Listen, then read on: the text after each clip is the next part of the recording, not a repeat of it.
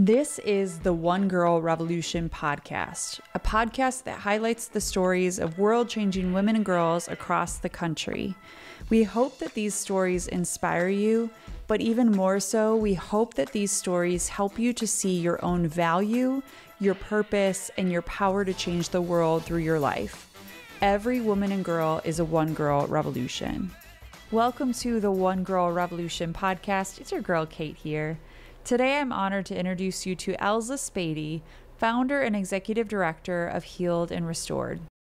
Elza grew up in Brazil as a part of a big, lively family with 7 brothers and 3 sisters. Elza was surrounded by love, but she also dealt with the trauma of childhood sexual abuse.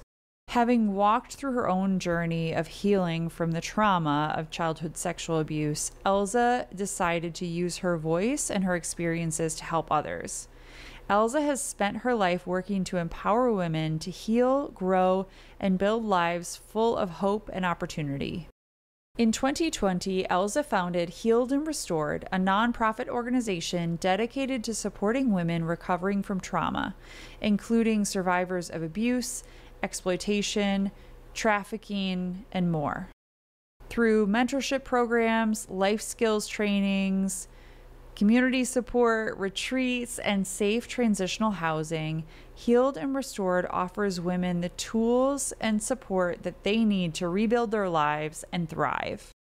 Elza is a renowned speaker and the author of several books. Through her writing, retreats, and the community she's building, Elza is helping countless women move from surviving to truly thriving. At her core, Elza is someone who radiates warmth, compassion, and resilience. She loves gathering family and friends around her table, sharing meals, laughter, and stories. And she is bringing that same spirit to so many women who are in need of community support and connection. Healed and Restored is truly transforming the lives of so many women and girls. On today's episode, Elza shares her powerful personal story, the inspiration behind Healed and Restored, the challenges and victories along the way, and her vision for a world where every woman has the support and opportunity she needs to heal and succeed. Here's my conversation with the incredible Elza. Elza, welcome to the One Girl Revolution podcast. Well, thank you, Kate, for having me. This is such an honor. I'm very excited to have this conversation with you. I am so excited to have you on. I loved going through your website and looking through all about your story and all the great work that you're doing. And I can't wait to highlight it here on the podcast. But before we get into the great work that you're doing, I would love to rewind and hear a little bit about your own story, your own journey. I know that you grew up in a really vibrant family from what I read, and you grew up in Brazil, and you have, there are a lot of things that you could share about your story, but let's start there. I would love for you to share with our listeners just a little bit about who you are, where you're from, and just a little bit about your own story. Okay.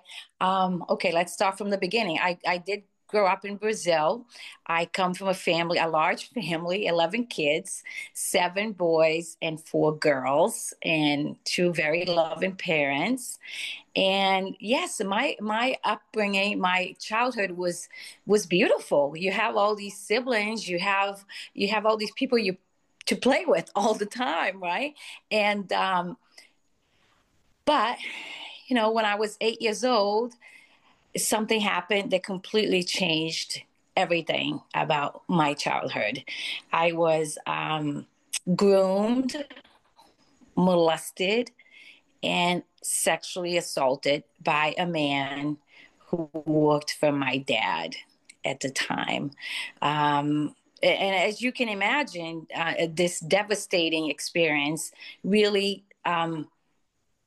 changed my whole childhood. And to be honest with you, it changed everything for a very long time. Right? Because when something like that happens to you, especially at such a young age, there's many lies that you begin to believe in. And those lies kind of caused great damage in my life. You know, my teenage years and my early 20s were huge turmoil. You know, just trying to figure out who I was and what this event had done to me, right? And so that's a little bit about my story.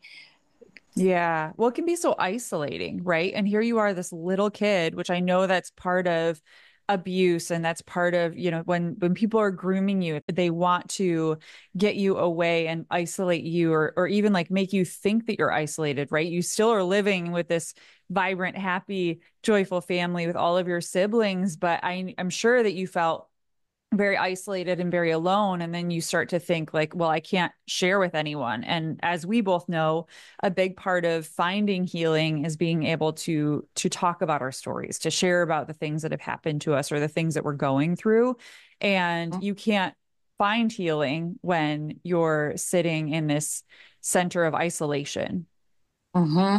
In this really dark place. It's like I compare it to a really dark room. You know, all the curtains are down. You're in there. You barely have water, and you're stuck there, right? And that's how I felt for a very long time. I felt like I was very different. I felt like there was something wrong with me. I felt like I couldn't share this because again, how do you share that stuff? In my childhood, I had no idea how to even share that. Right. But then as you get a little bit older, and I think it was definitely my late teens that I was definitely acting out from that wound. And that happens a lot. You begin, you kind of internalize those lies that maybe it was your fault. There's something wrong with you. Another big one, and I'm Christian. We've talked about this. You begin to maybe think that God doesn't love you because where was He? You know, and you go through really some dark times. How did you finally, and I know it's a process, and I always talk about trauma or abuse or, all these difficult things that we might go through in life that it's kind of like a wound, a scar, it's a wound that turns into a scar, right? So we always carry it. And I feel like we're always healing, where it's a consistent thing throughout our whole lives. We're healing from the things that we've experienced sometimes. But how did you, I guess, kind of twofold. One, how did you finally get the courage to talk about it and say, this happened to me and this was not right? Because I think that's a big step. And then two, how did you find healing, or how are you finding healing? And what are some of the things that really helped you in that journey? Okay, first thing, when I was in my early 20s, I was living in Boston at the time, and I had some really good friends, and one of them brought up to my attention how she was seeing me sabotaging my own life. And that was manifesting in a way that I was choosing all these bad boys, that I was choosing all the bad relationships instead of the good ones. And it kind of made me stop and think, wow, maybe she has a point here. And at that point, when we were talking about that, I shared with her my wound. It was the best thing that I ever did, right? Because she was a good friend. She was able to listen and she was able to guide me. And she said, you need to see somebody. You need to talk to someone. You really do. It's going to help you. So I did. So that was the first time that I looked for help and found help. But at the same time, as I'm seeing this counselor, I think it was the second or third time, I realized I couldn't afford to keep going to see her. It's very expensive. And at the time I was just trying to survive as an immigrant and two jobs and just it wasn't I couldn't afford to go see a therapist every week. And really that's what I needed at the time, right? But I remember telling her she was a very nice lady in her 40s, and I told her, I said I can't keep coming back. I don't have the money. She understood. I understood that I couldn't ask her to do it for free. You know, that was how she made her money.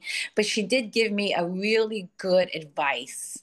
She said, "Elza, be intentional on how to volunteer your time, and try to look wonderful ways to volunteer within women in help women in whatever capacity, because that's how you're going to continue to find healing. And she was so right on. I started volunteering at a women's shelter, a battered women's shelter, and I still can remember the location. It was a little bit of hidden because you can't have these places out in the open. It was in Brookline, Massachusetts, and as I'm going there every week to help out, and I'm realizing these women are running from their boyfriends, their spouses, people that were supposed to love them and protect them, right? Some of them have had young children. I begin to realize that I wasn't the only one.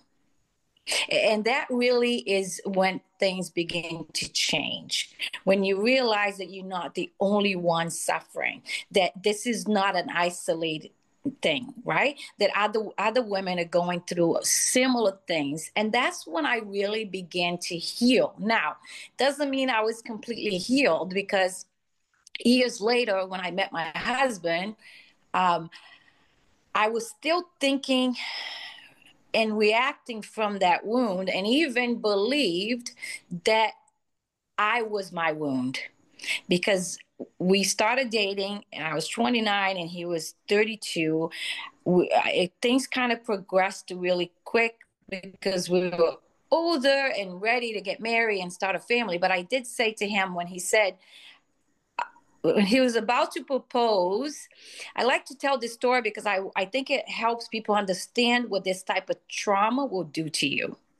And I said to my now husband, I said, I don't think you want to marry me. And he's like, what are you talking about? I said, I am broken. I am very broken, and I don't think I can be a good wife and a good mother. And that holds true to a lot of women that we're helping right now through Heal Then Restore.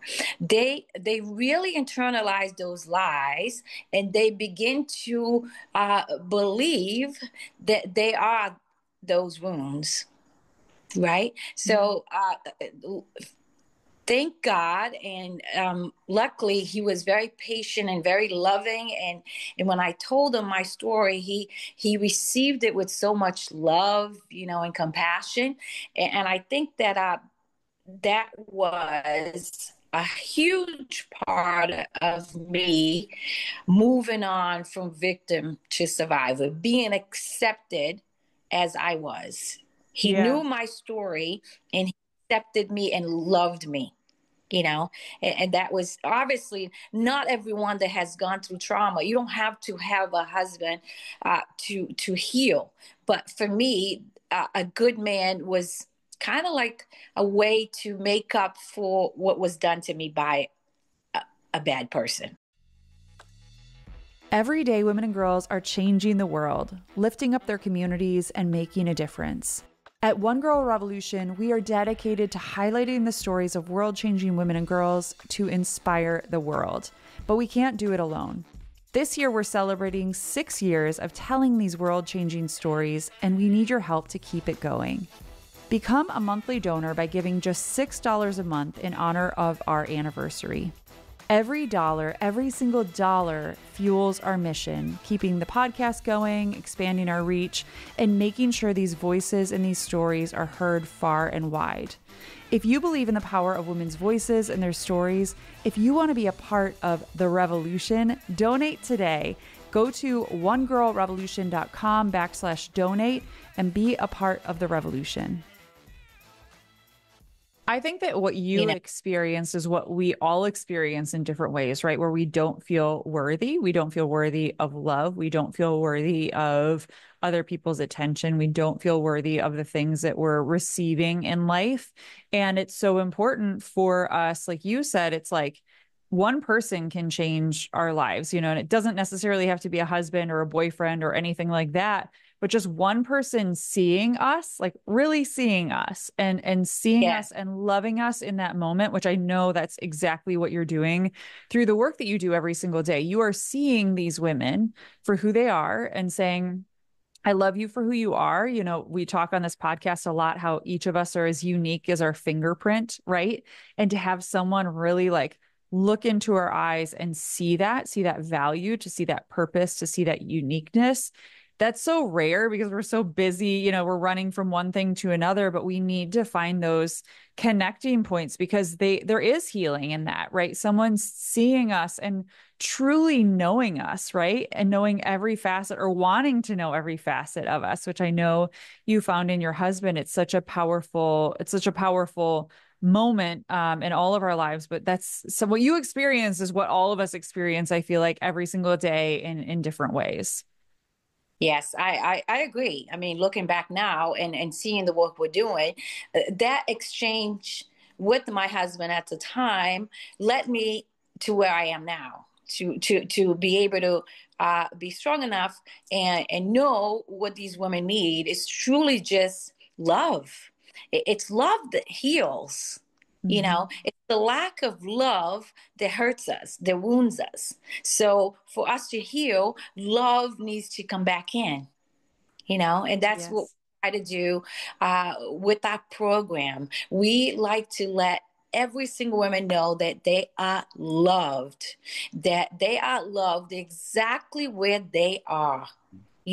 That we are not going to wait for them to be healed or be perfect to love them. We're going to love them in their woundedness, and that changes everything when people understand that now they have a community that embraces them, that helps them to put back those broken pieces of their lives. Because with trauma, with these type of wound, a lot of times what happens is, besides the wound, now you go on to maybe make some questionable life choices that add even more to your wound, and now you have shame, and now you don't know who you are anymore because you got so messed up in that mud of your wound and living a life thinking that that's who you are, and we're not. We're so much more than things that happen to us.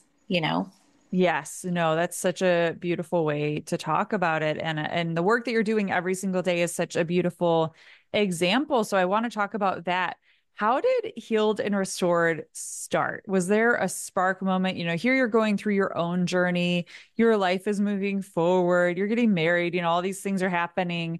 But was there a spark moment that you were like, I've been through this, I see a need in the world, I want to start something? How did Healed and Restored start? So before Healed and Restored came about, I wrote my first book, Freedom Through Christ.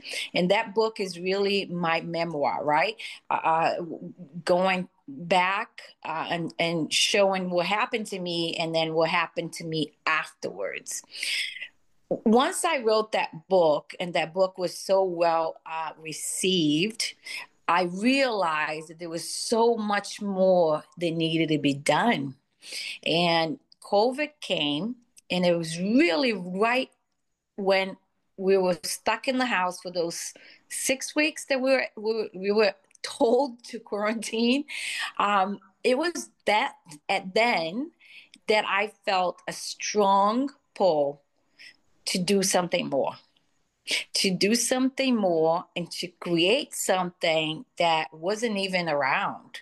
And I did some research and found that there really wasn't anything around, especially around where we are in Charlotte, North Carolina, that helps women heal body, mind, and spirit, because we can't separate those three, right? So when you get hurt, you feel pain, not only on your body, but you feel it in your heart, you feel it in your spirit. And I think I realized that my spirit had been broken by that wound and needed healing. So because of what I went through and how I also found healing, I had a huge desire to pass that on to other women. I had a lot of people that helped me kind of put my thoughts together and figure out what Healed and Restored was going to look like. Had huge support, which is so important. It's so important to have a community that supports you and that sees you and sees the value in what you thinking you want to create. Right. So I did have that support. And yeah, I was doing doing real estate at the time. Um, really happy with my career, loved helping my clients buy and sell homes. But I really felt like I was supposed to do something more, something different, something that was really going to make an imprint, right? And I hired an attorney. I kind of the name came about, and started the whole nonprofit. I reached out to a bunch of friends and said, "Hey, I'm starting this. Can you help in some way? Can you be part of the board of directors? Can you do this? Can you do that?" And again, found huge support, and that's how it got. Hilden Resort was born. So, 2020, right in the middle of COVID. I think there are so many things that came out of that time. We all know that there are so many like beautiful things. It was such a difficult time in our lives. And I still think back, it's been 5 years, which is crazy to think about that 2020 is 5 years ago. But reflecting back on that time, and it was so tragic and heartbreaking and painful. So many people went through so many difficult things, losing loved ones. But Mhm. on the flip side, there were so many like beacons of light that sparked Yeah. through. And I know that that's what Healed and Restored was. And I can't wait to see where you go from here because it's like, it's been, I feel like 5 long years, but also 5 short years, right? And I know that you can talk about all of that. But for people that are listening, what is Healed and Restored? Talk about all the great work that you're doing, the programming and the resources that you offer. I would love to kind of hear a snapshot of what the organization is and does. Okay, so Healed and Restored is here to provide assistance to all women, women of all ages. Doesn't matter where they're coming from. It doesn't even matter if they live around us because we can offer them help virtually. But any woman that has gone through any trauma or any type of assault, sexual abuse, mental abuse, physical abuse, domestic violence, sex trafficking, anything like that, that they feel like that they could use help with their healing, that they can use help getting to the other side of their trauma and healing those wounds. So we have a house where we provide women with free counseling, with we have workshops that guides them back into the wound, because if you don't go back you never find freedom, right? So you kind of have to go back to the wound, talk about, and then find ways to move forward. We teach women the huge importance of forgiveness. We live in the world that doesn't understand the power of forgiveness, right? So we have all types of great programming here to help them move from victim to survivor. And more than just survivor, thriving. We want our women to thrive. And we're already seeing that. A lot of the women that go through our program come out on the other end and they are so happy and they're ready to conquer the world. They're ready to go back into their communities and help their friends and help their families and help that young woman that they see might be acting out from a wound. We teach the women now how to look out for the signs that another woman might be in pain, so we can help each other heal, so we can be that beacon of light for other women. It's really, truly beautiful to see women helping women. It really is. So that's really what we do. We also offer retreats, not only locally, but out of state. We are basically being funded by our community, which has been amazing. We have one big fundraiser a year. In September, we call it Hope for Healing Gala. And we started this spring with also a golf tournament that my husband actually is leading that, which is beautiful. And so that's it. It's like a well-oiled machine now. We keep helping the women. We also have we have a food pantry at the house, so we can give the women that type of uh, uh, we call it a add-on, but it's such a blessing because a lot of times these things go together. When you're stuck in the trauma, you also have a hard time just getting ahead in life. So a lot of the women do come to us and they need help. They need clothing, they need food. So we have that. We have a beautiful room in the house that we made it into a boutique, and it really feels, and they say that it feels like they're going shopping, except they don't have to pay for anything. Right. Yeah. So we feel like this is a one stop. And whenever there's a need that we can't provide, we have all these other local organizations that can come in and help us with that. So we are trying to be a one stop for the women, find healing body, mind, and spirit, and help them and give them those tools to go back out there and thrive.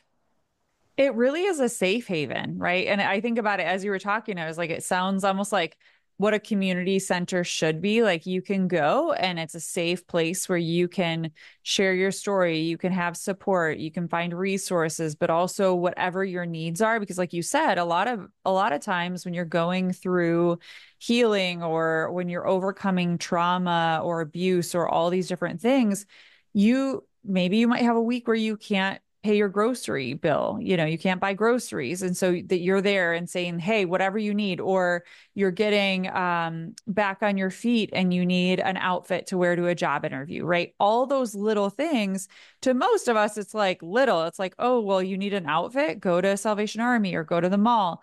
But you're Mhm. really providing like, hey, whatever you need, it's like wraparound services, right? Whatever you need, we're going to love on you. We're going to help you. We're going to support you. If you need something for your kids, if we don't have it, we'll find it for you.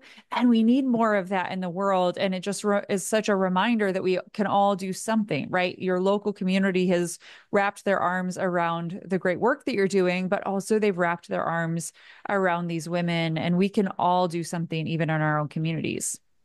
Yes, absolutely.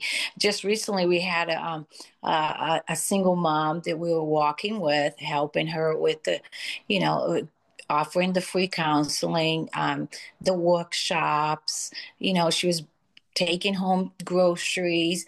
We had no idea that her and her children were in such a need. We found out after a few sessions that she was able to open up. They didn't even have beds to sleep in. So this is the kind of stuff, once you build trust with someone, they open up a little more. They let you know that there might be some different needs, and even though we don't have beds here to give away, we already knew of another organization that could help us, and we reached out, and these people were amazing. Like 2 days later, there was a truck in front of her house giving her everything that she needed for her and her children. I was just like, ah, that's what life is about. What else is there if we can't help one another? Yeah, and it's not recreating the wheel, right? It's just like, hey, this is a need. I have a friend here in Michigan, Jennifer Jackson, who runs an organization called the Dre Project, and they feed families in need. But she's started doing that, Elza, where it's like, oh, they go to drop off groceries, and the family's like, oh, we don't have beds for our kids. Great. She'll post on Facebook, and next thing, we all have furniture and things that we're like, yeah, I'd get rid of this, but it's like, one more thing I have to do. And so she's really like created this network, this epicenter of organizations. And I know you've done the same thing where we can all collaborate and work together. And even it's a great opportunity for individuals to jump in and be like, hey, I don't might not have $10 to donate. I might not have $100 to donate, but I have some furniture that like somebody might want or need. We can all do something. So I just think it's incredible what you're doing for all of these women and for their families. And I know that the ripple effect is incredible. And I can't wait to see how the ripple effect continues to ripple out, because each of the women that you're serving, I know, are then helping other people, and, they're making waves in their own lives. How do you get connected to the women that you serve? I know it's all different types of ways, but could you talk about that? again, we have made connections with a lot of different organizations, word of mouth, social media. Our pastors and priests, they know the women that are hurting. We've made connections with the local police department. If the women come to them and they're there's abuse, there's domestic violence, they have a department that then wants to help the women heal. So we can help those women heal by giving them, we can't change the past. We can't change anything that has happened to any of these women. We just can't. And we don't focus on that. We focus on the now and in the future. This happened to you. Now we love to help you move on. You are not your trauma. You are not the sums of your mistakes after your trauma, none of that, but they do come from very different backgrounds. You'd be surprised. We have helped women that come from very normal middle class. They might even have the money to pay for the counseling. And we've had women that have paid for their own counseling, but they still need the same healing. And a lot of times I think society today does not reinforce the need for that, the need to find a community, the need to find a support system. We live in the world that is really telling us that we should be self-sufficient, that we should not need anyone else. And that's really wrong and detrimental to victims, to people that have gone through deep wounds, because they get stuck in there thinking, I should be able to figure this out myself. And we were not made for that. We were made to live and thrive in community. So we're blessed that the word is getting out, and especially around here. But we can also offer counseling to women anywhere in the world, because we can do it via Zoom. So it's a huge blessing. I feel very privileged. I can't think of doing anything else right now, this season of my life, than what I'm doing. Well, you're doing incredible work, and I will, of course, put your website and social media so people can easily get in touch with you and support your great work. But Elza, is there a story? I know there are multiple stories, many stories over the past couple of years of women that you've served, but is there a story that you could share of someone who's been served through your work that you feel like really illustrates the power of what you're doing that you might be able to share with our listeners? Definitely. I mean, obviously, we all have a story, right? And everyone has a story, and it's unique, and it needs to be shared. But there's so many different amazing stories of the women coming to us at such a low place in their lives, and feeling like they're not worthy, and feeling like they can't move on from this, feeling like they're carrying the weight of the world in their shoulders. And then once they begin to go through the program, there was one woman that at the end, she put on an outfit from the boutique, and she walked out, and she just like had this beautiful big smile on her face, and she proclaimed, I am healed and restored. And that was just so beautiful to witness that. Women realizing that, yes, I am healed, I am restored, I can move on now.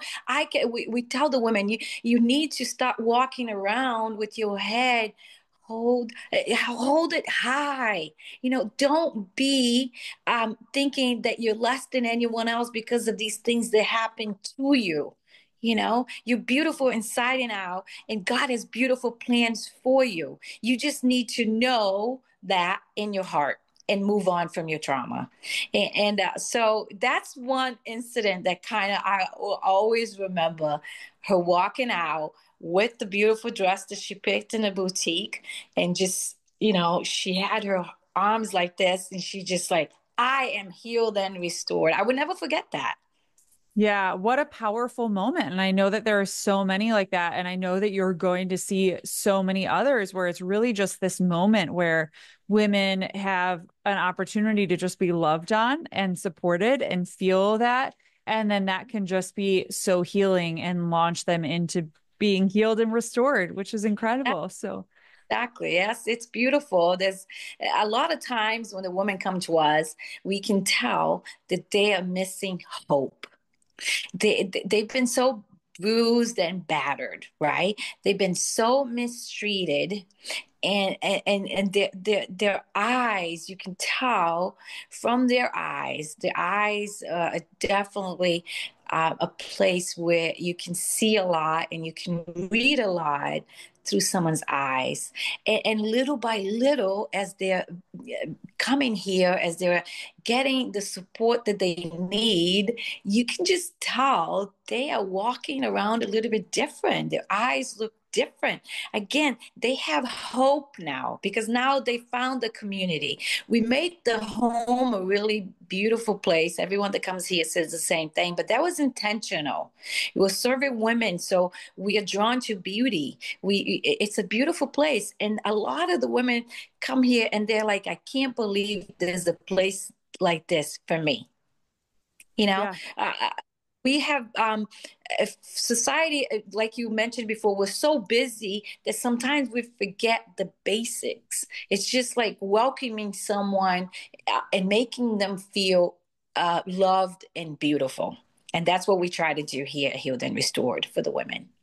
Yeah, well, you are doing it, and I cannot wait to see where you go from here and all the incredible work that you have to come, and like how the community continues to grow and evolve, and how, like I said before, it has this ripple effect, right? The women that you're serving now hopefully will come back and serve other women, and our stories have so much power, right? That you're able to share your story of being healed and restored, and how that's able to have a ripple effect and help other women because you can say, I know what it feels like. I think that our stories are so powerful in that. Looking for stories of women who are changing the world? The One Girl Revolution podcast is your go to for inspiration and empowerment. Subscribe today on Apple Podcasts, Spotify, or wherever you listen to podcasts and never miss an episode. Let's celebrate the power of women together. Elza, where does Healed and Restored go from here? And we are a dreaming podcast. We are all about in your dream of dream worlds. Where do you Mm. hope Healed and Restored goes from here? And what impact do you hope to have on the world? Wow, I'm a big dreamer by nature, so it's easy to talk about the dreams we have for Healed and Restored. Actually, our goal is to have a residential place. See, right now it's not residential. We would like to build a beautiful home somewhere very quiet, 10, 15 acres, where we can take in maybe 9, 10 women at a time, and they will come in and immerse in this healing that we're providing for them. So they might stay for a few weeks, they might stay for a few months, but within that beautiful home, they're going to find healing for body, mind, and spirit. That meaning, we're going to continue to do the groups counseling, the one-on-one counseling, the workshops, the maybe a garden in the back of the house where they can tend for the vegetables and flowers, maybe horses to help them heal, maybe a beautiful stream in the back where they can go for walks. I like to have an analogy. When someone deals with drug and alcohol dependency, an addict, right? We send them to these places where they can detox. This place is it's very similar to a detox, but we are helping the women detoxing from lots of lies. They have really taken over their lives since they had all these trauma and abuse and all these hurt. We're trying to rebuild them up again. And that's the dream for Healed and Restored, that we're going to have our own place. Right now we're renting the location where we're at, but the dream is to raise enough money to buy the piece of land and then build this beautiful home for the women to come and reside for a certain amount of time.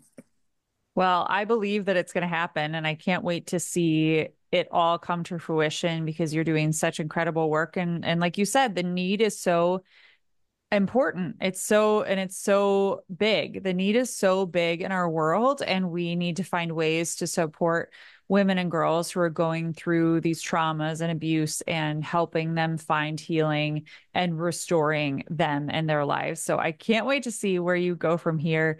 For people that are listening, Elza, and I know that you've been through it, right? You've gone through your own journey of victim to survivor to thriver, like you talked about wanting all women to be thriving. But if somebody's out there and maybe they've been through a trauma or abuse in their life and they've never told someone, and I know that this is a blanket question, so I know it's difficult because every person's story is so multifaceted and so different, but what would you say to somebody out there who might be in need of the work that you're doing?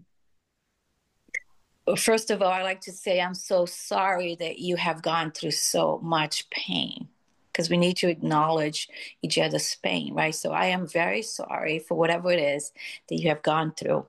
But I am here to tell you that there's hope and there's support. First thing is find someone that you can trust and share a little bit of your story. A lot of times, no one shares their full story all at once. You share a little bit at a time, and that's okay. But it's so important to find someone within your sphere of friends and family who you know you can trust and share a little bit. And then the second thing is reach out. We would love to help you wherever you are. Reach out to us. Healedandrestored.org is our website. You can email us at info@healedandrestored.org, and we would absolutely love to be able to help you. I will put your website, your social media links, your email, all the different ways that people can get in touch with you. So I hope that people reach out and get involved in the work that you're doing, reach out to you about resources. Maybe they also know someone who might need your resources. So I think it's great to know about the great work that you're doing, and the fact that you're able to serve people no matter where they are, I think is really incredible. So for people that are listening, Elza, how can they support your incredible work and how can they get involved? Oh, thank you. Obviously, it takes money, right? A great idea will stay forever a great idea if we don't have money to back us up. So if you go on our website, again, there's a very quick way to donate. There's a button that says donate, and any money, any amount of money, always helps. It doesn't matter how much. It's $10. Maybe you want to become one of our monthly donors. That kind of donation really help us so we can plan certain things ahead of time, knowing that we're going to have the money coming in every month. So yes, that. And if you're local to Charlotte, North Carolina, come visit us, email us, come visit us. There's so many ways that you can volunteer within Healed and Restored. So if you're looking for ways to volunteer, please reach out. We would love to have you. Like I said, I will put your website, your social media links, all the different ways that people can get in touch with you in our show notes. If people are following us on social media, they can easily follow the work that you're doing. And I always say that the free and easy way to support any cause, but also just spread awareness about the resources and organizations that are out there, is just to follow and share, because we never know who might be following us, that, and even our closest friends or family members who might need the work of Healed and Restored. So it's really critical that we all follow the work that you're doing and share it, because it spreads like wildfire and it can help other people. So, Elza, if you could get to the very root of why you do what you do every single day, I'm sure your own story is a little piece of that, or maybe a big piece of that. But if you could get to the very root of why you do what you do every single day, why you're so passionate about Healed and Restored and the work that you're doing, especially on the difficult days, because I know running a nonprofit is not easy some days, and it can be difficult, but if you could get to the very root of why you do what you do and why you're so passionate, what would you say that root is? Definitely a desire to make sure that no one suffers alone like I did. A desire to um, do something good for these girls and women that might not have any other place to turn to.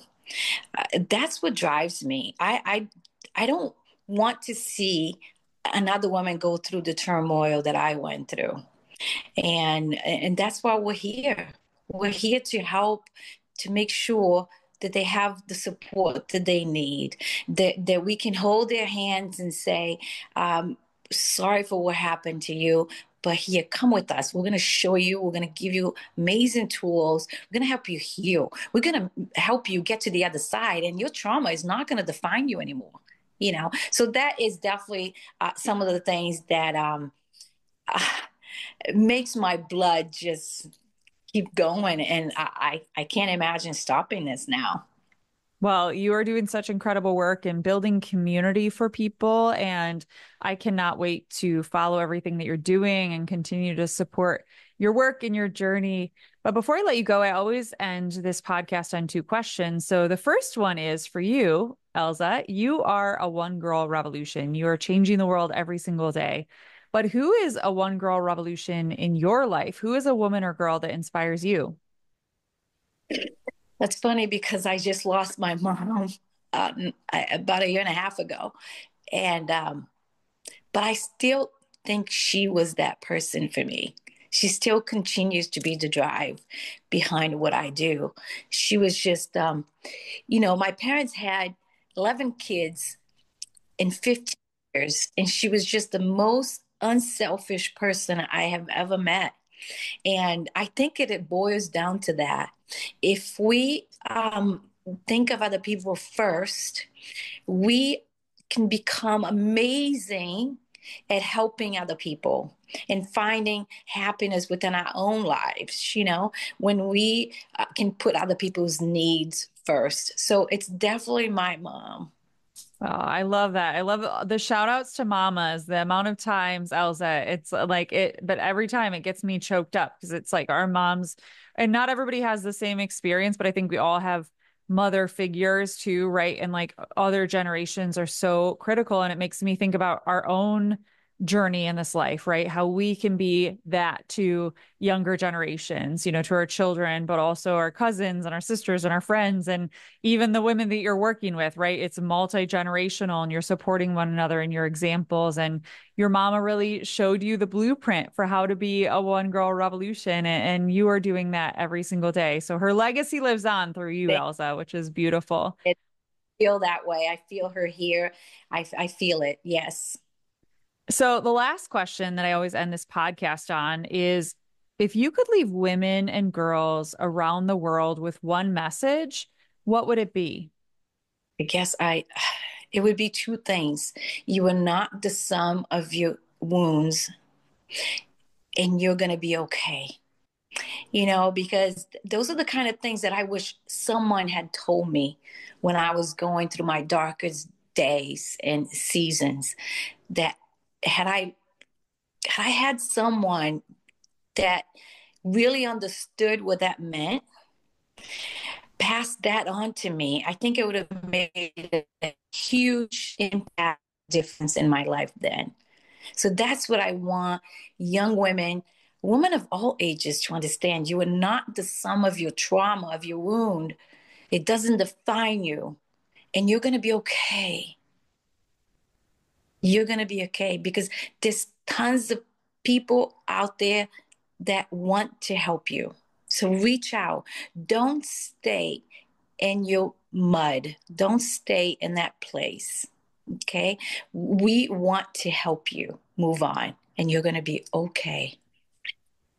Elza, you are such a beacon of light. You are such an example of that. And I know everyone who's listening is just blown away by you and your story and the incredible work that you are doing every single day. So, Elza, thank you so much for being on the One Girl Revolution podcast. And thank you for all the incredible work that you do.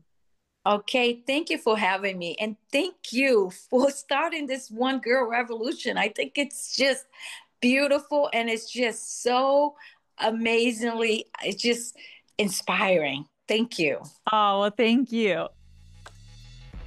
For more from One Girl Revolution, to listen to all of our podcast episodes, watch our Emmy-nominated documentary series, follow us on social media, donate to our nonprofit organization, and more, please visit onegirlrevolution.com. That's the number onegirlrevolution.com.